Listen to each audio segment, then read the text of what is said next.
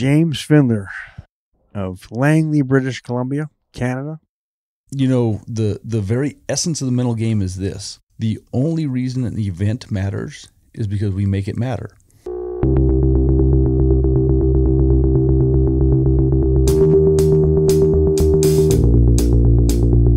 Welcome to the Mullins Farrier Podcast.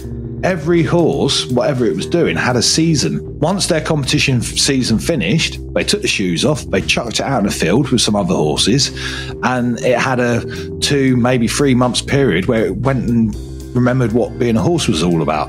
Even in a cheaper area, your prices should be set by your skill level, by your experience.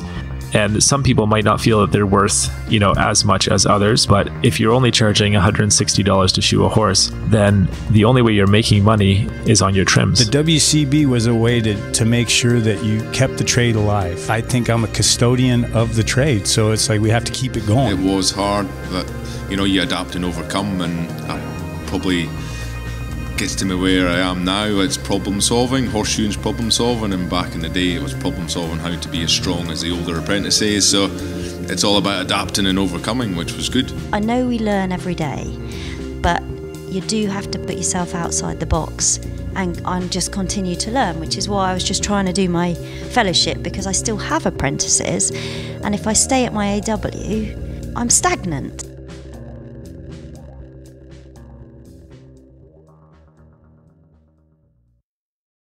Welcome, everyone. This will be the first episode of 2024, and it's a special one. I hope you had a great holiday season and had some time to relax and visit with family and friends. Someone from my family regifted the flu and gave it to all of us, so I apologize for my voice.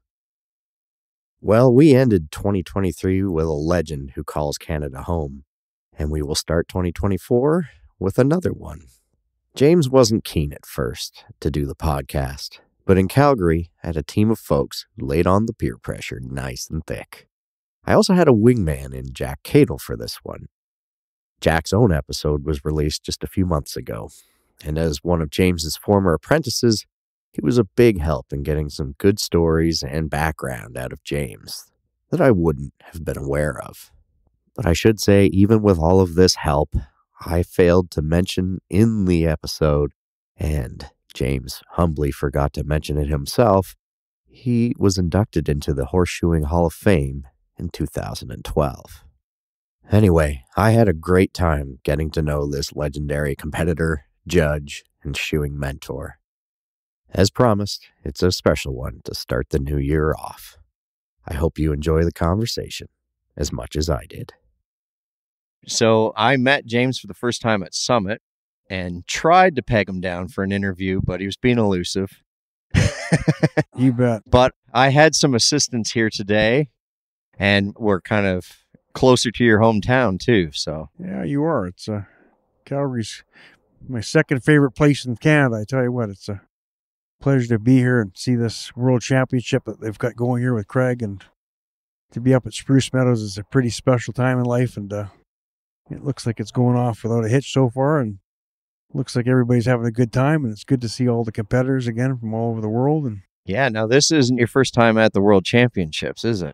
Not my first time with the World Championships. No, I started coming back in the early 80s. Was 82 was my first time ever coming, and I was a spectator back then. I came over with some friends, and we watched, and then was still kind of just finishing horseshoeing school, and we jumped in pretty quick after that. We were back here in 83 competing in 84 and 85, and then by 86 we formed our first Canadian horseshoeing team with Bob Marshall, Bruce Haig, and Gerard Laverty. Oh, okay. And then you headed over to Stoneleigh with that? And we headed over from, it was July we were here for the Stampede, and then we headed to Stoneleigh near the end of August, so we had a short window to get a team ready. No kidding. Yeah, it was Mustad that kind of offered up some sponsorship money at the time, and they helped sponsor some of our airfare, and away we went. Cool. Representing Canada at the international for the first time. Right.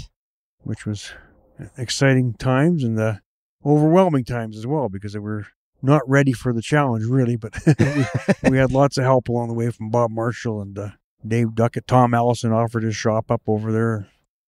Bud Allison's dad, and we were in a place called Bubbin Hall in an old 1800s blacksmith shop, preparing ourselves for.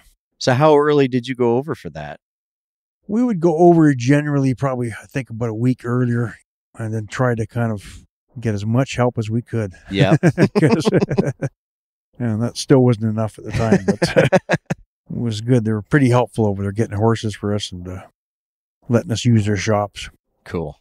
Now, in the beginning, when you first came to this as a spectator here in Canada and seeing the World Championships, who were the people that you would have been watching then? Yeah, it was the Dave Duckett's, the Shane Carters, the Grant Moon, of course. He was there, and Bob Marshall, and the likes of Edward Martin would have been here, and David Wilson.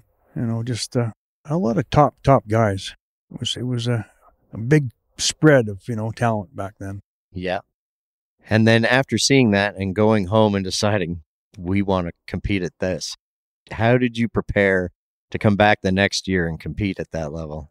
We just stuck ourselves in the shops, and Bob helped us out lots, get ready. My mentor, Hank McEwen, that was, the guy that trained me, he was a huge part in our lives, kind of just keeping the shop door open. And we were fortunate back in the day that he opened the shop up and just said, anytime you guys want, you can use my shop, because we didn't have shops back then. So he was a big help in just giving us somewhere to kind of practice and hone our skills a bit and allow us to work through all of our problems. And there's many. Yeah, which is, basically the name of the game, isn't it? It is, yeah. And how did you get your start originally? I was out of high school and not really knowing what direction it was going to go in. And my grandfather, actually, he was his father was a blacksmith in Scotland, and he suggested that there was a horseshoeing program in Langley, and I lived in Tawasin, which was roughly an hour away from Langley at the time.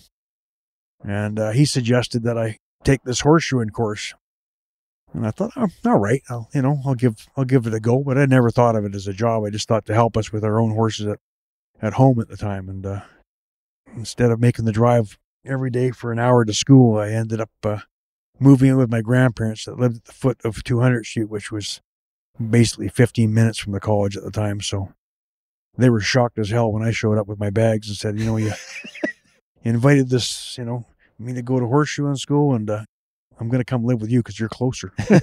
So they were shocked that I moved in, but it was kind of a nice time in life to get to know my grandparents too, was share a bit of life with them while I was going to school. It was good.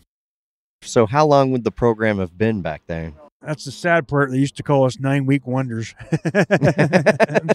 Well, now they've managed to shorten it to 8 at a lot of them. It's an introduction to the business at that point. And you're to do with it after 9 weeks what you want to. And lots of people went out and, they thought that was it. And they started shoeing. And I knew the minute I finished my 9 weeks that I was nowhere near the skill level or knowledge level to kind of continue without continuing, keeping going to school. And Hank said, you're welcome to kind of come back and upgrade. So we, you paid your upgrading fee, $50 a month, and you had as much steel and coal as you wanted to burn and the lights. And it was a really good deal. And, I don't know if I would have made it in the business without him and his inspiration. And, he always looked at it as you'd beat yourself up for not being able to do things as well. But he said, they're just period pieces. He says, and just remember that you're working towards something better, and you're going to keep getting better as it goes on, and just keep moving forward, and don't let people hold you back with their thoughts or what they think you can't do. Right. Don't get bogged down in all that. Don't get bogged down in all that, because there's lots of people that told me in the beginning, you'll never make it. My cold shoer is the best thing that ever happened, and you'll never be as good as him. And, right. Stuff like that. And we've all heard that from people. And you just use that as fuel to your fire, and you just say, you turn and walk the other way and say, kiss my whatever. And don't worry, we can use a bleep button if we need to. Okay. You don't have to edit yourself. We'll make it into a drinking game. How many bleeps there are? You have to take a drink if you're listening. Yeah. You went to the school and you kept going back and sort of upgrading yourself. Did you apprentice with anybody, or did you just? When I started, it was a funny time. Guys, there was hardly anybody that traveled with anybody, and people when they had a horseshoer at a barn and you pulled in as another horseshoer, one of you left. Yep, I've heard this story. Yeah, you've heard this story. And it was a case of people, they were just afraid that, you're going to see what they did and Take their business. Take their business, and I thought, if I'm going to be in the business, I don't want to be that guy. I want to be secure enough in what I know that whoever the heck I pack in my truck or whoever I meet in a day shoeing, I'm not worried about that. That's just ridiculous, and back then there was only a couple guys that took people with them. So, basically I kept going to horseshoeing school with Hank, and I would travel after school with Hank to do horses. And, Bob Marshall was around and he would show up and he'd say, "You guys interested in coming?" And we'd always, jump in and he'd go off shoeing with Bob for the evening or an afternoon or the day or wherever you ended up going, which was wonderful because he was, God's gift to horseshoeing as far as teaching people. He was very well spoken and very confident and showed you how to use the horn and how to manipulate the steel and the metal without much effort. Yeah. And that's the key. I think it's learning how to use your body and your heats and those kinds of things. So Bob was very good at kind of, turning a hard job into making it easier. And he was a huge influence in me. And Dave Duckett was as well. I used to go down into Washington State and take week-long clinics with Dave Duckett. He used to use Bill Miller's school back then in the 80s and 90s to put on a week-long clinic. And those were good weeks of learning too, just seeing Dave and his attention to anatomy and detail that nobody covered both ends of the spectrum as far as anatomy and the shoemaking that Dave could, and that was which was really impressive about him. Right around when you and Bruce were around the same time and working under Hank, Steve Dixon came in. I don't know, was that a couple of years later? Because he had an apprenticeship with Randy Blackstock. And it seemed like maybe Randy was the only guy who took on an apprentice in the area.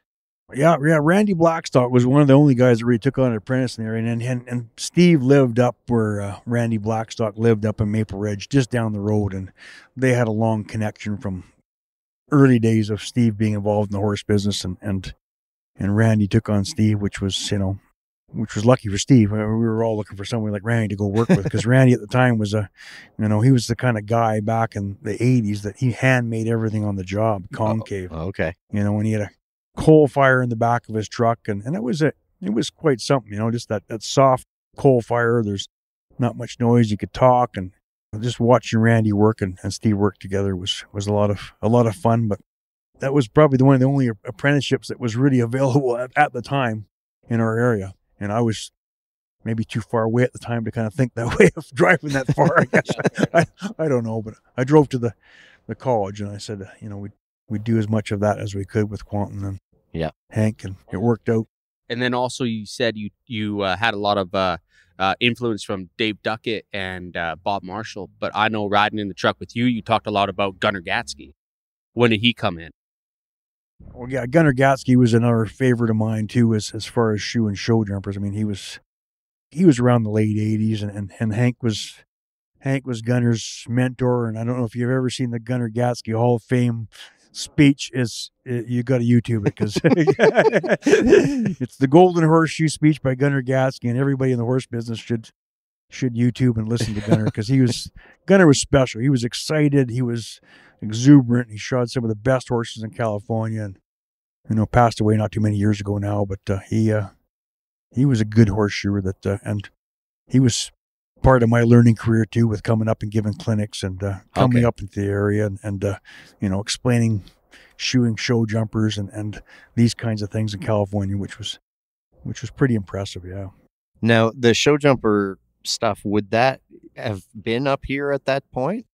Or did that come later?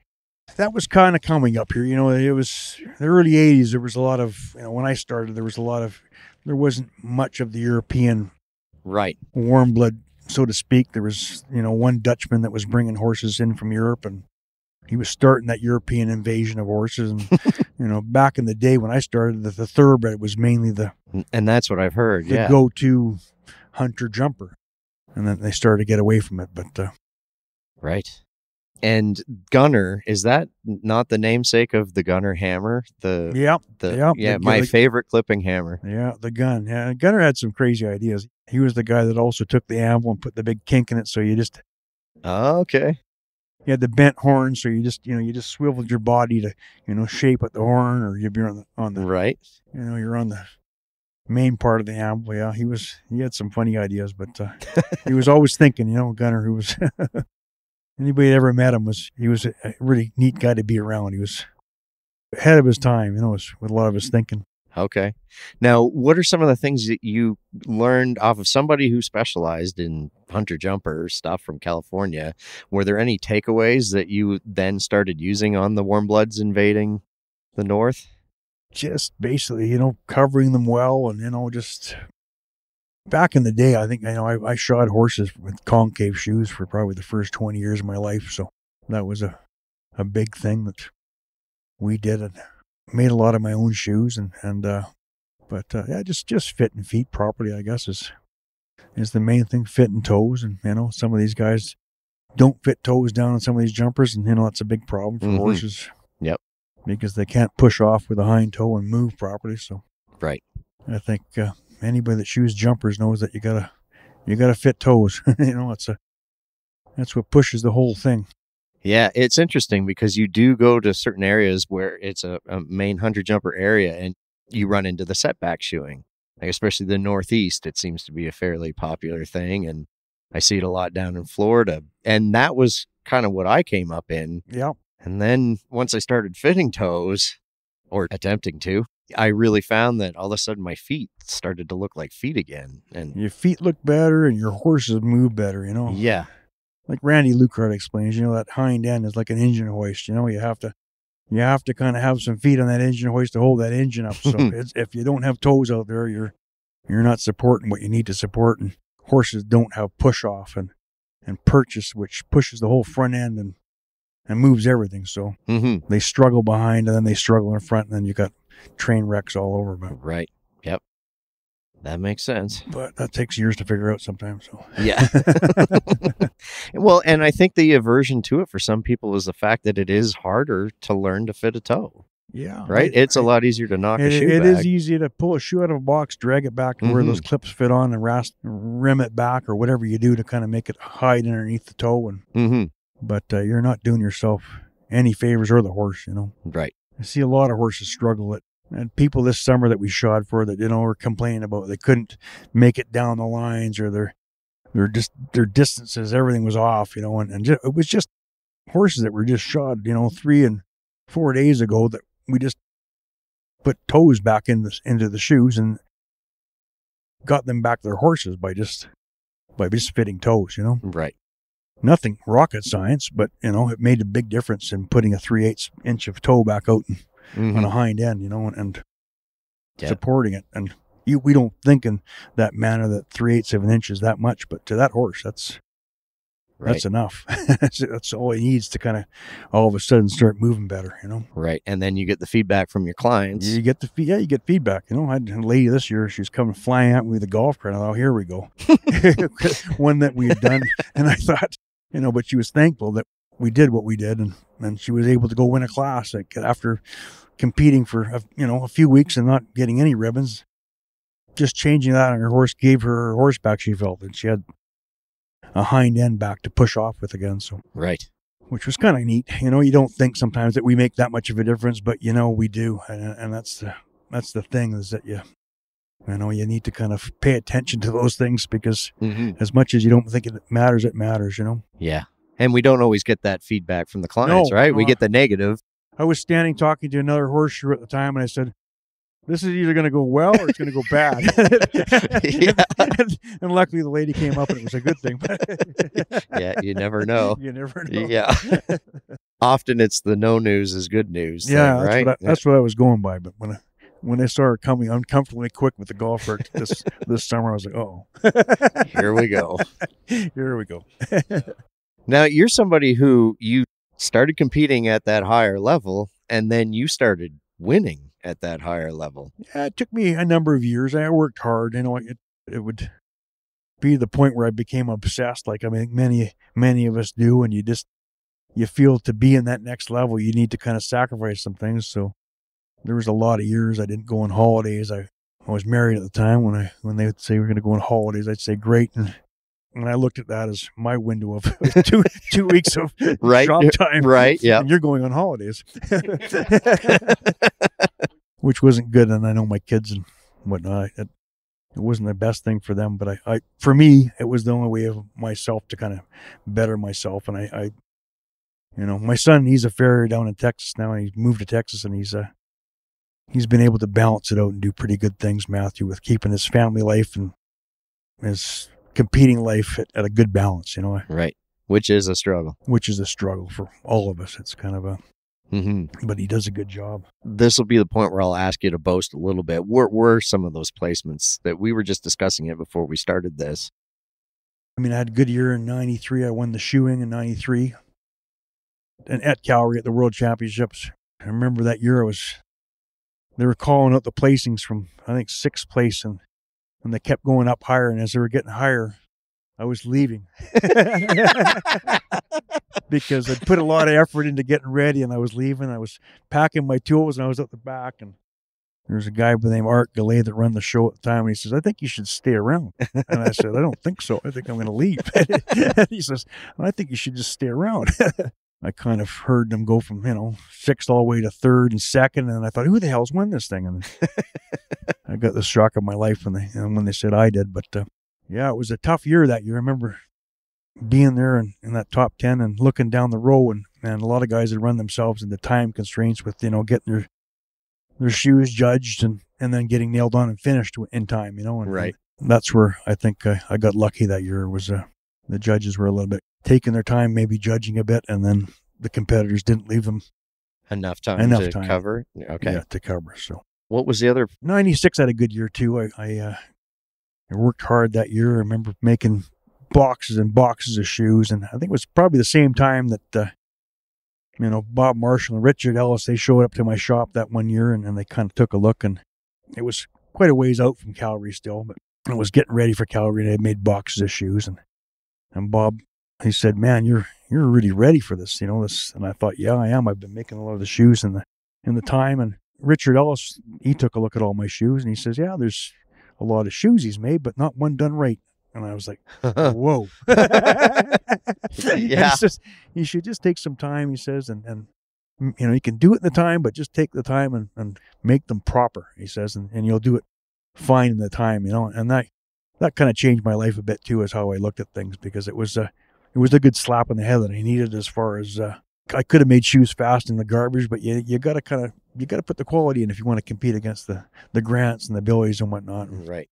That was a huge help, because most of us do have the talent to get it done the time, but it's just a case of if you don't know the roadmap to do it properly and exactly like these pictures and these blueprints we got given, that there's no point making it quick. Right, because it's not going to end up at the top of the table. No. If you want to aim for the top of the table, you gotta make them proper. At that point, did you stop timing yourself and just? I did. I focused on. I slowed things right back down again, and I kind of just tried to make the shoes the best I could. And sometimes it took me quite a bit of time to figure how to get that done properly, as crisp as I wanted. Then you chase it back a bit. It's kind of a frustrating stage, isn't it? It's a frustrating stage because you feel you can do it fast, but it's not right. But then you think, I should be doing it that way because I want to be able to get judged. But then you realize the top guys are like Richard. He never practiced that way. Back in the day too, I was over. I judged in 96. I judged over there at Stoney as well, and I judged, and I had made a specimen shoe. It was a set down bar shoe, graduated. And there wasn't enough time to make this thing properly in the class. I made sure of it. I mean, I took a couple hours to make this shoe.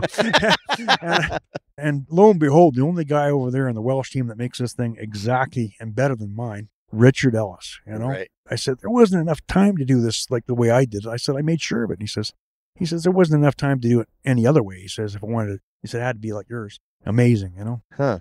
A lot of guys just cheated. It was a graduated bar shoe. So it was, by the time it hit the third nail, it just skipped up hard, or fourth nail, it just skipped up hard. It wasn't really graduated truly, it was just a kind of more like a wedge.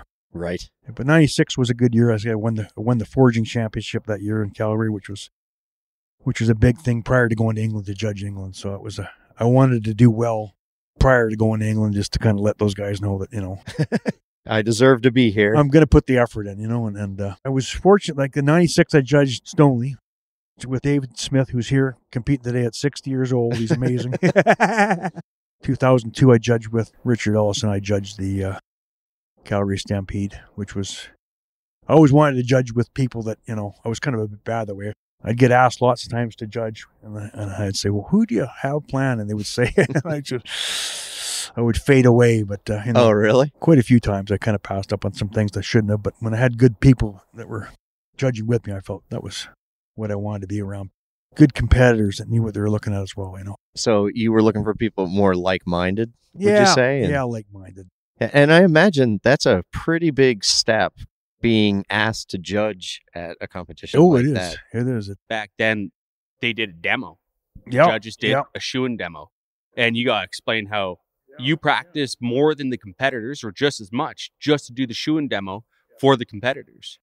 Yeah, And I did. If I heard proper from other people, they thanked you for actually putting some effort in for doing that shoeing demo. Yeah, in 2002, when I went there with Richard, we were at that time, we were asked to do demonstrations prior to judging, which was, I think, a great thing. I think, and I don't mean this for the people that the top of the game. I mean for the people that are coming from around the planet, from Australia or Germany or Sweden, that don't really know me and they don't know my work. And right, it was a nice thing for them to kind of say, okay, this is what this guy is looking for, and they could look. But what I got feedback from was a lot of people, the top guys were happy to have a look as well, right? Mm-hmm.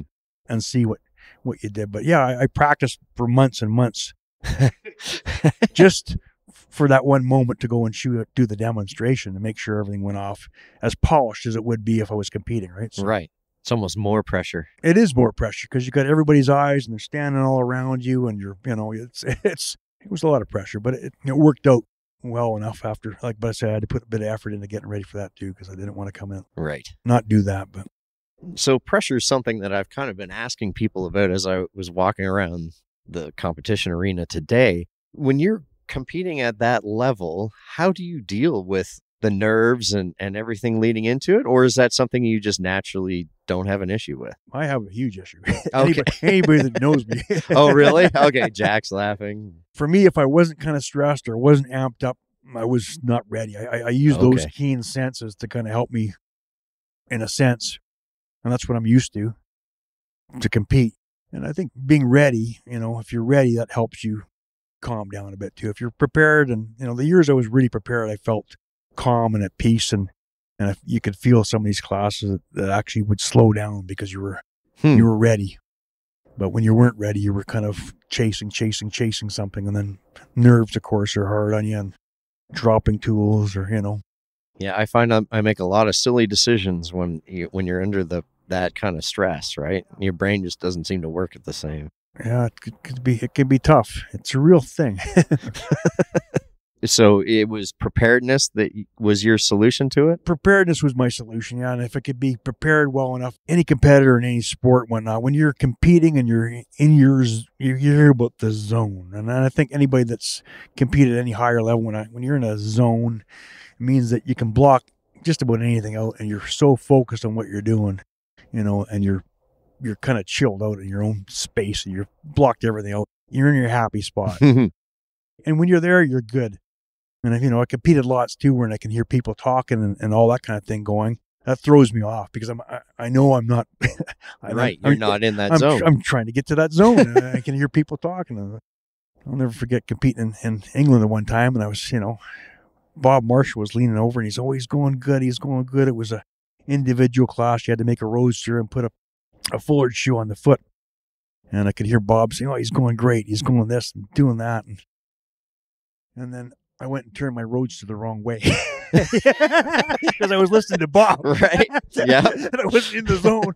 And then I can hear Bob go, "Oh my God, he's having to straighten it back up again, turn it back the other way." And I felt like saying, "Could you just shut up?" Because I'm so honed in on his voice. It was just, yep. Yeah, it was a bad day. But for the life of me, I don't know why that was that day, or why I couldn't shut that off, and why I couldn't get to where I needed to be. But it was just. Well, I feel like though somebody like that, when it's also your mentor, you are tuned to that voice. You are, a bit, right? Yeah. And I was kind of listening, and I was, and he was kind of stroking me, saying, "Oh, why he's doing good." Right. What the heck is he doing? He's going the wheels start to fall off the cart. No, lots of fun with different things. As you built your career up, you took on Apprentices. Clearly, we have Jack here help with the assist on the podcast. Jack, you bet. He's helping me again here. Because he knows I'm a lousy talker. But I think you're proving that wrong already. But yeah, I've had lots of apprentices over the years, and lots of team members, and having people in the truck, it just inspires you, and kind of, having that lifelight of young people that are interested and keen and surging forward has always been kind of something that I draw on. I like having around, and just the questions and the learning and the extra set of eyes, and trying to help them out as well, become team members or aspire to that next level. And it's been a fun ride that way. No kidding. Just watching all of them, kind of how well they do these days, and right, how many contests they go to, and how they handle the stress. But yeah, I guess at this point, I usually ask people if there's any kind of soapboxes they like to stand on, any kind of issues they see with the farrier world, or lessons that they'd like to impart on the younger generation. Save your money, put it away, because you won't be doing as many sets when you get older. Yeah.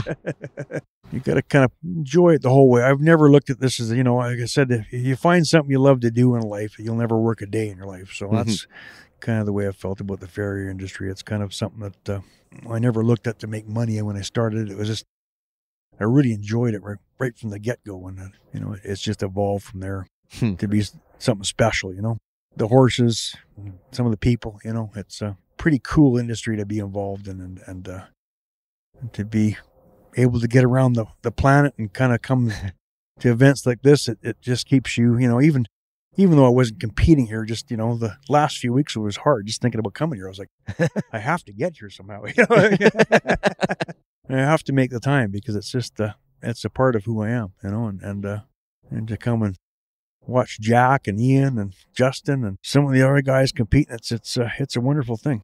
No kidding. And to see the level of work out there these days, it's they're really putting it in now, boy. It's there's some good workmen and good tradesmen out there doing some, fantastic things in no time, Yeah. One of the things that a handicap for you guys back then was you didn't have access to as many people and seeing as much work.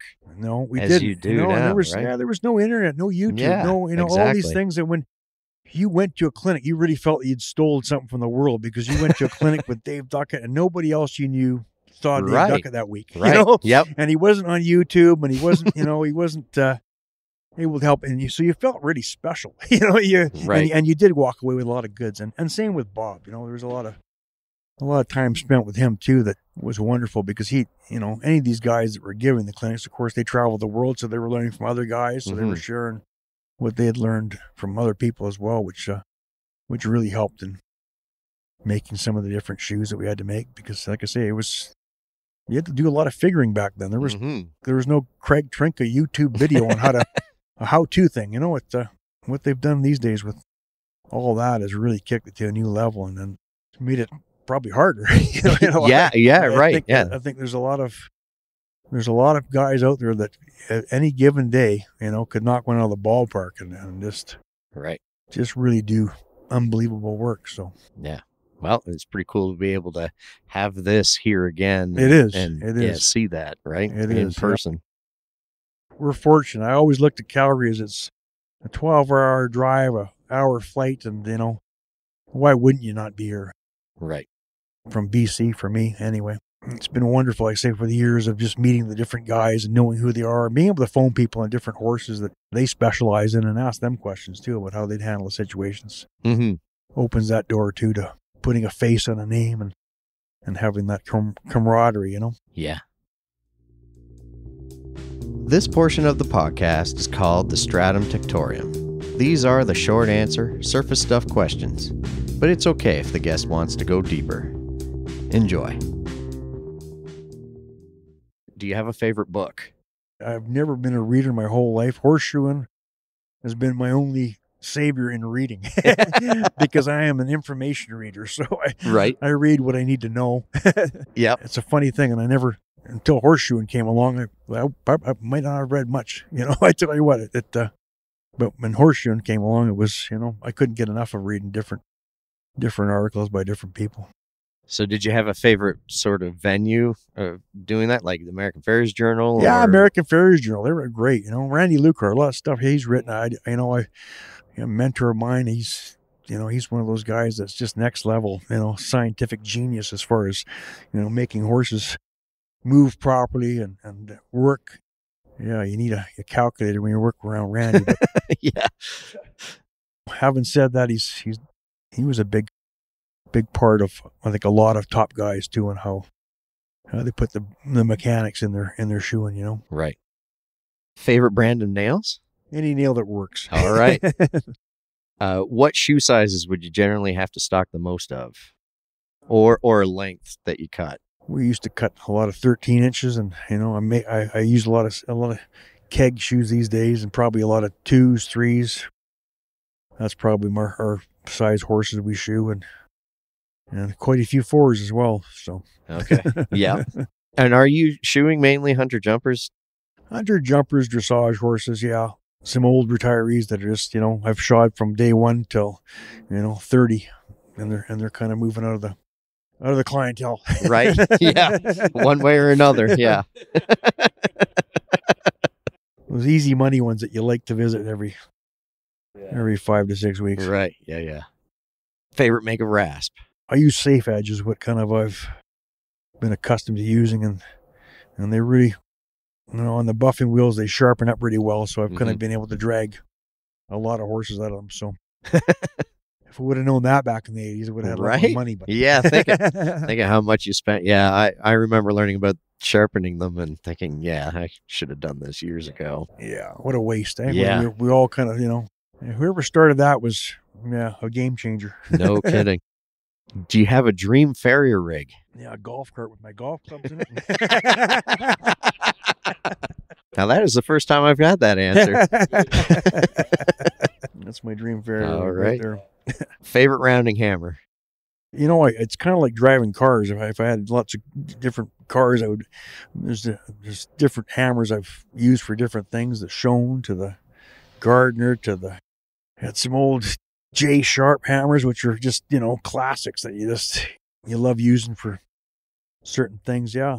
You've got a collection. Got a collection of just different hammers for different things, Yep. Favorite type of bar stock to work with? I don't nail much concave on anymore, but I love working concave because of the ease of it and putting heels on and punching nail holes. It was a favorite bar stock because it was quick to work and Right. light to work. And Would you have a favorite dimension of concave? yeah, I like the 12.5 inch kind of piece. Is always kind of something nice that went in the tongs and spat over the horn, and just Away you go. something easy to work. Nice size shoe, yeah. And did you do most of the shoemaking at the horse for that, or at home? back in when I did a lot of shoemaking, I used to build lots at home. I'd try to make my shoes for the next day sometimes, and then hopefully they were resets and I could add them to the stockpile. And I would sit down and we'd get maybe a ton or a couple ton of concave in, and I'd sit there with my father in the front yard and we'd cut steel, fill up milk cartons full of steel, and then I'd go up making them and try to put 300 pair away in the winter for the summer kind of thing. And that was kind of my thought on education as far as repetitious shoemaking. It was a good way to do it, and it was also saving me money and Right. at the time. But I don't know as if anymore it's saving much money. I think it's getting pretty close to. The concave's gone up quite a bit. It's gone up quite a price. bit, and propane's gone up, and so I don't know. It's kind of getting closer now to. Still was one of my favorite sections to work was like a 3/8, 3/4. Favorite pastime after work? I like to golf. Yeah, I should have guessed that. I'm from not the any good at it, but the other answer. Next thing on your bucket list? Retirement. Yeah, retirement before it's too late. Yeah. Ideal number of horses to shoe all around in one day? If I'm by myself, maybe 4 or 5, but when I have help, 7 or 8, just to add that extra one in there for help. Make it worthwhile to have help. I've never been a fast horseshoer. I've always been, around the hour and a half kind of thing. And I see guys fly through them. And for me, the information that you need to kind of gain to kind of shoe a horse is takes time to have a look and Right. and see where you want to start, where you want to end up. So there's guys I call nailer honors because they just trim, nail on, and trim and nail on. But I think in horseshoeing, if you want to be a benefit to the horse, you better have a look at what you're That makes what sense. you're dealing with conformation wise and how you want feet to look next time you shoe them sometimes. And, just always looking down the road, I think is good horseshoeing. Not looking at right now, but looking down the road. Yep. Chewing for the long game. Favorite anvil? I like the coal swaths or, one of the fellows that worked for me years ago, Ed Bowerman, he made a Bowerman anvil, it's something still in the back of my truck, and it's a 200-pound horn with a 200-pound face, but it's 100 pounds. So it's something that sits in the back of my truck, and good little anvil except for the heel where you're constantly picking your hammer up off the ground because you put your hammer down and it spits off that. It just falls off every time. That dovetail thing on the heel. Right. Yep. Favorite inspirational quote? I don't know. I've got many. Hank's inspirational quote was just, your work is period pieces, and just that'd be one of my inspirational quotes from him. Recycled, but it's kind of something I tried to, you hold yourself accountable, so that's the best I could do it at this point, and hope next one's gonna be better, and try to move on. That is a good one. If you're stumped on a case or need backup, who would you call? I use Dallas Morgan a fair bit. Yeah. And his wife's a veterinarian, so I can I can lean on her or him, and I use the veterinarian. And we got a good young veterinarian, Robin Capello, at our way that I should get her to kind of come in on lots of cases these days and do proper foot X-rays. I just had a recent case where there's a horse that was sent X-rays on that looked like you should be killing it because it was just terrible X-rays. But I told the people, I said it was a horse that was quite a ways away from where I lived, and I said, I don't want to be seeming bad to you, but I said, these are terrible X-rays. I said, and the way it looks, I said, the horse probably should be put down, but I said, you should come bring your horse down to the city and get proper shoeing X-rays done. Right. And the girl did, and thank God, because after trimming, it was not near as bad. And, okay. They were taking X-rays on, sloped driveways and with, a thicker piece of plank at the toe and a thin piece at the heel, and really helpful. Really helpful for shoeing. Yeah. Thank goodness she made the effort and took the time to bring her horse down, and we got it cleaned up pretty good. But that's always a struggle, especially if it's a vet you work with often. When they take those terrible X-rays every time, how do you have that conversation? Yeah. Could you maybe have the foot in the X-ray, or? I have one veterinarian, honestly, that takes she takes brilliant X-rays, and the rest of them, I don't even feel like looking at some of them because it's just not useful. Right. It's just, yeah. For what we're looking for. Frustrating, especially when you convince a client to spend the money to do it in the first place. Yeah, right? and they come to you and they've done their due diligence. They have the X-ray, and you're like, oh, yeah, I can't even use this. I can't even use this. This is like life in the farrier world. Part of the game. Yeah. You maybe try to make those phone calls that, aside from phoning the client, and talk to that veterinarian and say, hey. Yeah, right. Do you have a favorite shoe or package for a mystery lameness? And we just have one that is, a mystery lameness kind of thing. Horse was a young horse and tripping and falling and all kinds of things. And they just ended up putting it down, and that ended up being something. Neurologic, or yeah. You end up kind of sometimes thinking that, what can I do? But there's nothing. Yeah, that's right. It's just, as much as you want to help, you need to have the information of why that's happening. Exactly. Yep. That's a good answer. What do you use as your planner? I just have the old-fashioned pen to paper, and it's seat of my pants. Squeaky wheel gets the oil kind of horseshoe. And one of them's sitting close to me. So yeah, he's getting the stare. Favorite method of soothing aches and pains? Just not doing as many horses, I think, is the best way. I think if you can kind of keep to your 6 or 7 or whatever a day, you shouldn't have too many aches or pains. But Tylenol and Alvo when it's over those numbers. Right. Sometimes you just have to. Yeah. Okay. Favorite drink? I'm just a beer drinker. I get lots of scotch for Christmas and stuff, but one or two beer, that's it for me. Favorite genre of music?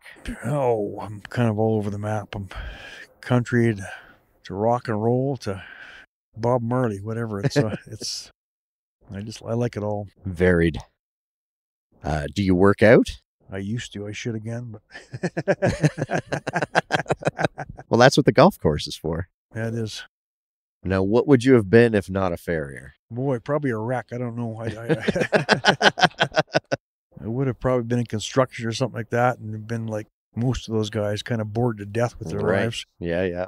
Been a good life, a good lifestyle. I think it's a lifestyle more than anything. It's, you buy into it full-heartedly and you live it. And there's no start, there's no end. You just keep going. So. The final question, the COVID question. If you were stuck in a shop with somebody for a month, who would you want it to be? Jack Kettler, he'd be pretty good. He's Happy Jack.